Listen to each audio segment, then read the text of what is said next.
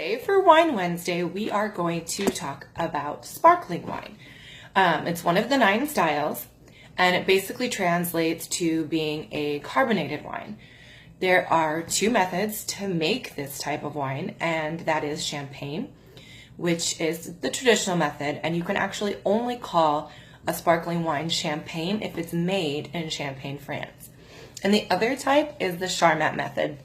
And this method is generally associated with your younger, fruitier type sparkling wines. Now, sparkling wine is created because of the second fermentation process happening inside the bottle already. And what happens during the fermentation process is the yeast actually is eating the sugar. And when that happens, CO2 is released. And when this is happening inside the bottle, there's nowhere for the CO2 to go. So the wine is left to absorb that CO2 and create the bubbles. Now, there are 4 types, or 4 levels, I suppose, of sweetness. You have your extra brut, that's your driest. So in this case, the yeast has virtually eaten all of the sugar.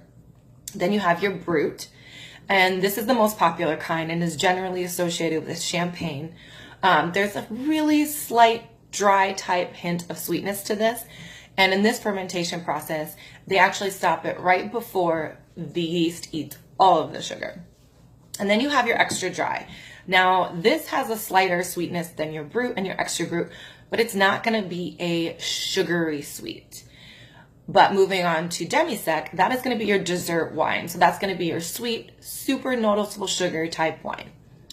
So for sparkling wine, 2 methods, champagne, Charmat, 4 levels of sweetness: extra brut, extra dry, and dessert wine.